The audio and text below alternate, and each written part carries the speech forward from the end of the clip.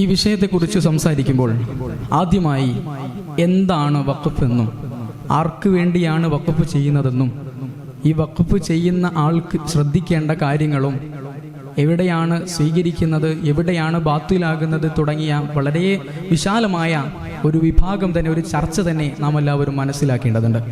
ഇതിന് വളരെ സൗമ്യമായ രൂപത്തിൽ നമുക്കൊന്ന് പരിചയപ്പെടാം. നമ്മുടെ കേരളത്തിലെ കഴിഞ്ഞ കാലങ്ങളെടുത്ത് പരിശോധിക്കുമ്പോൾ വളരെയധികം ചർച്ചാ വിഷയമായി കൊണ്ടിരുന്ന ഒന്നായിരുന്നു വഖഫ് വിവാദം എന്ന് പറയുന്നത്.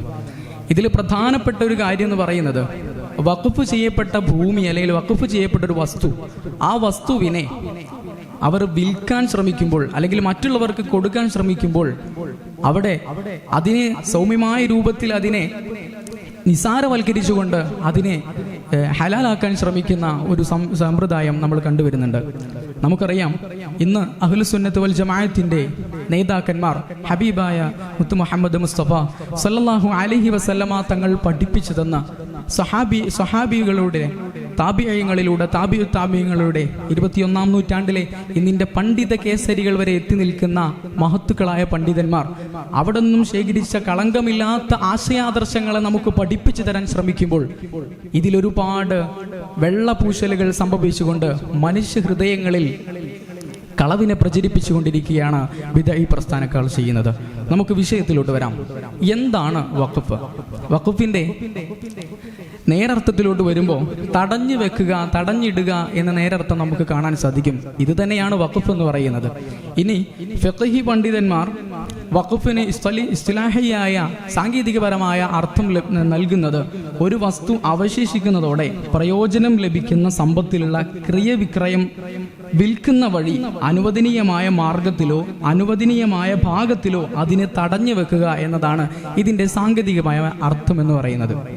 അതായത് ഒരു വ്യക്തി ഒരു വസ്തു വഖഫ് ചെയ്യലോടുകൂടെ ആ വ്യക്തിക്ക് അതിലുണ്ടായിരുന്ന ഉടമസ്ഥാവകാശം അവന് ഈ വഖഫ് ചെയ്യപ്പെടലോടുകൂടെ മറ്റൊരു വ്യക്തിയിലേക്ക് നൽകുകയും അദ്ദേഹത്തിന്റെ ഉടമസ്ഥാവകാശം മറ്റുള്ളവർക്ക് നീങ്ങുകയും ചെയ്യുകയാണ്. ഇത്തരത്തിൽ നാം മനസ്സിലാക്കേണ്ടത്, ഇങ്ങനെ വഖഫ് ചെയ്യലോടുകൂടെ ഈ വ്യക്തിയുടെ ഉടമസ്ഥാവകാശം താൽക്കാലികമായി തടയപ്പെടുകയാണ്. ഇത്തരത്തിൽ തടയപ്പെടുമ്പോൾ എങ്ങനെയാണ് വഖഫ് ചെയ്യപ്പെട്ട ഒരു ഭൂമി അല്ലെങ്കിൽ വഖഫ് ചെയ്യപ്പെട്ട ഒരു വസ്തു ആദ്യമുണ്ടായിരുന്ന അതേ ആ വ്യക്തി മറ്റുള്ളവർക്ക് വിൽക്കാൻ വേണ്ടി തയ്യാറാകുന്നത്? ഈ വിഷയങ്ങൾ ചർച്ച ചെയ്യുമ്പോൾ നമുക്കിടയിൽ വരുന്ന പ്രധാനപ്പെട്ട ചില ചോദ്യങ്ങളുണ്ട്. അതുപോലെ തന്നെ ഇതിൽ വഖഫ് ചെയ്യുമ്പോൾ ശ്രദ്ധിക്കേണ്ട അല്ലെങ്കിൽ വളരെ പ്രധാനപ്പെട്ട ചില നിബന്ധനകൾ നമ്മൾ പരിചയപ്പെടേണ്ടതുണ്ട്. വഖഫ് ചെയ്യുമ്പോൾ ആ വഖഫ് ചെയ്യുന്ന ഒരു വ്യക്തി ഉണ്ടായിരിക്കണം. ആ വ്യക്തി പ്രായപൂർത്തിയും ബുദ്ധിയും ഉണ്ടായിരിക്കണമെന്ന് അതിന്റെ ഷർത്തിൽ പ്രത്യേകം എടുത്തു പറയുന്നതായി കാണാം. മറ്റൊന്ന്, വഖഫ് ചെയ്യുന്ന വ്യക്തിയോ വ്യക്തികളോ കേന്ദ്രങ്ങളോ ഉണ്ടായിരിക്കണം. ഇത് രണ്ടാമത്തെ നിബന്ധനയായിട്ട് പറയുന്നു. മറ്റൊന്ന്, വഖഫ് ചെയ്യുന്ന വസ്തു ഉണ്ടായിരിക്കണം. അവസാനമായി പറയുന്നു, വഖഫ് ഉറപ്പിക്കുന്ന വചനം ഉണ്ടായിരിക്കണം. ഈ വചനം എന്ന് പറയുമ്പോൾ ചിലപ്പോൾ നമുക്ക് എല്ലാവർക്കും ഉണ്ടായിരിക്കുന്ന ഒരു സംശയമാണ്, ഞാൻ ഈ വസ്തുവിനെ ഖിയാമത്ത് വാൾ വരെ ഞാനിത് വഖഫ് ചെയ്തു എന്ന് പറയണോ, അതോ ഞാൻ വഖഫ് ചെയ്തു എന്ന് പറയലോടുകൂടെ അത് ഖിയാമത്ത് നാൾ വരെ അതിന്റെ വഖഫ് നിലനിൽക്കുമോ എന്നുള്ളൊരു ചോദ്യം നമുക്കിടയിൽ ഉണ്ടായിരുന്നു. വളരെ വളരെ സൗമ്യമായ രൂപത്തിൽ നമുക്ക് ഇതിനെ പറയാം. വചനത്തോടുകൂടെ ഞാൻ ഇതിനെ വഖഫ് ചെയ്തു എന്ന് പറയലോടുകൂടെ ആ വഖഫ് ഖിയാമത്ത് നാൾ വരെ നിലനിൽക്കും എന്ന് നമുക്ക് കാണാം. എടുത്തു പറയാനുണ്ടായ കാരണം, വഖഫ് ചെയ്യുമ്പോൾ അതിൽ നിന്നും ഉപകാരം നിലനിൽക്കുന്ന ഒരു വസ്തു മാത്രമേ വഖഫായിട്ട് കണക്കാക്കപ്പെടുകയുള്ളൂ എന്ന് കാണാം. ഇനി നമുക്ക് കുറച്ച് ചോദ്യങ്ങളും നമുക്കിടയിൽ ഉണ്ടായിരിക്കുന്ന ചോദ്യങ്ങളും ഉത്തരങ്ങളും പരിചയപ്പെടാം. പ്രധാനപ്പെട്ട ചോദ്യമായ വഖഫ് വിൽക്കാൻ പറ്റുമോ എന്നൊരു ചോദ്യമുണ്ട്. ഇതിനെ വളരെ സിമ്പിളായിട്ട് മനസ്സിലാക്കണമെന്നുണ്ടെങ്കിൽ, എൻ്റെ ഒരു സ്വത്ത് മറ്റൊരു വ്യക്തി അദ്ദേഹത്തിന്റെ അവകാശത്തിൽ അദ്ദേഹം വിൽക്കാൻ ശ്രമിക്കുകയാണെന്നുണ്ടെങ്കിൽ എന്തായിരിക്കും അതിന്റെ വിധി എന്ന് പറയുന്നത്? ഒരിക്കലും സാധ്യമല്ല. കാരണം എൻ്റെ ദിമ്മത്തിലുള്ള ഒരു വസ്തുവിനെ മറ്റൊരാൾ വിൽക്കുകയാണെങ്കിൽ ഒരിക്കലും അത് വിൽക്കാൻ സാധിക്കുകയില്ല. ഇതിൽ ഫതുഹുൽ മുഈനിൽ പ്രത്യേകം 312-ാം പേജിൽ കൃത്യമായി പറയുന്നു, ഇത് നശിക്കുക വഖഫ് ചെയ്യപ്പെട്ട വസ്തു നശിച്ചു പോവുകയാണെങ്കിൽ പോലും ആ വഖഫ് ചെയ്യപ്പെട്ട വസ്തുവിനെ മറ്റുള്ളവർക്ക് നൽകാൻ പാടില്ല അല്ലെങ്കിൽ വിൽക്കാൻ പാടില്ല എന്ന് ഫതുഹുൽ മുഈൻ പറയുന്നു. പിന്നെ എങ്ങനെയാണ് വഖഫ് ചെയ്യപ്പെട്ട ഒരു വസ്തു അതിനെ മറ്റുള്ളവർക്ക് ഇടപെട്ടുകൊണ്ട് വിൽക്കാനും കൈകാര്യം ചെയ്യാനും സാധിക്കുന്നത്? ഇനി മറ്റൊരു ചോദ്യം, വസ്തു എങ്ങനത്തെ വസ്തു ആയിരിക്കണം എന്നുള്ളത് വളരെ പ്രധാനപ്പെട്ട ഒരു ചോദ്യമാണ്. നേരത്തെ സൂചിപ്പിച്ചു, പഴങ്ങള്, ഭക്ഷ്യവസ്തുക്കൾ പോലത്തെ ഒരു കാര്യം അതിന് നമ്മൾ വഖഫ് ചെയ്യുകയാണെങ്കിൽ അത് സ്വഹീഹാകുമോ? ഇതിന് നമുക്ക് പറയാൻ പറ്റും, ഇല്ല. കാരണം ഞാൻ ആദ്യം പറഞ്ഞു, വഖഫ് ചെയ്യുന്ന വസ്തു അതിൽ ഖിയാമത്ത് നാൾ വരെ അതിൽ നിന്നും ഉപകാരം ഉണ്ടായിരിക്കണം, അല്ലെങ്കിൽ അതിൽ നിന്നുള്ള ഉപകാരം ശേഷിക്കുന്നതായിരിക്കണം, അവശേഷിക്കുന്നതായിരിക്കണം നമ്മൾ പറഞ്ഞു. അപ്പോൾ ഭക്ഷ്യവസ്തുക്കളും പഴങ്ങൾ പോലത്തവ വഖഫ് ചെയ്താൽ അത് സ്വഹീഹാവുകയില്ല എന്ന് നമുക്ക് പറയാം. ഇനി നമ്മൾ പള്ളി, അതുപോലെ തന്നെ മദ്രസകൾ, കിണർ പോലത്തെ വസ്തുക്കൾ വഖഫ് ചെയ്യുമ്പോൾ അതിൽ നിന്നും ഉദാഹരണം പറയുകയാണെങ്കിൽ, ഒരു മരം ഞാൻ വഖഫ് ചെയ്തു.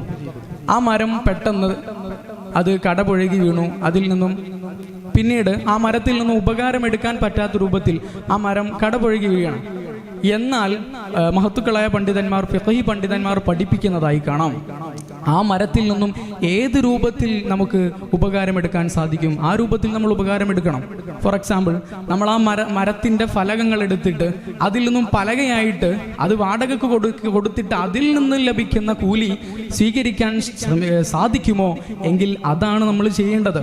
ഒരു പള്ളി, ആ പള്ളി പെട്ടെന്ന് തകർന്നുപോയി, അവിടെ നിന്നും നിസ്കരിക്കാൻ പറ്റാത്ത രൂപത്തിൽ ആ പള്ളി തകർന്നു പോവുകയാണെങ്കിൽ നമ്മൾ എന്താണ് ചെയ്യേണ്ടത്?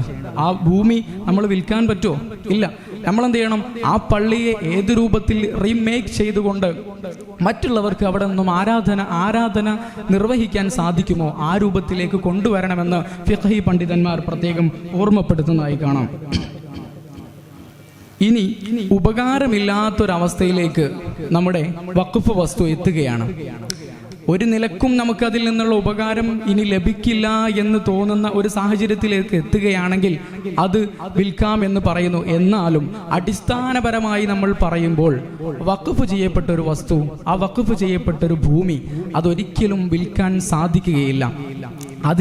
അതിൽ നിന്നും ഉപകാരം ലഭിക്കുക എന്നുള്ളത് ഞാൻ നേരത്തെ സൂചിപ്പിച്ചതുപോലെ തന്നെ അതിൽ നിന്നുള്ള ഉപകാരം അവശേഷിക്കുക എന്നുള്ളത് അതിൻ്റെ പ്രത്യേകം എടുത്തു പറഞ്ഞ ഒരു വസ്തുതയാണ്. അതുകൊണ്ട് തന്നെ ഇന്ന് അല്ലെങ്കിൽ കഴിഞ്ഞുപോയ കാലങ്ങളിൽ ഇന്നും പ്രചരിപ്പിച്ചുകൊണ്ടിരിക്കുന്ന ബിദ്അഈ പ്രസ്ഥാനക്കാരുടെ ആശയങ്ങൾ ഒരിക്കലും ശരിയല്ല എന്ന് നമ്മളുടെ ആലിമീങ്ങൾ തെളിയിച്ചിട്ടുണ്ട്. വഖഫ് എന്ന് പറയുന്നത് വിൽക്കാനുള്ളതല്ല എന്ന്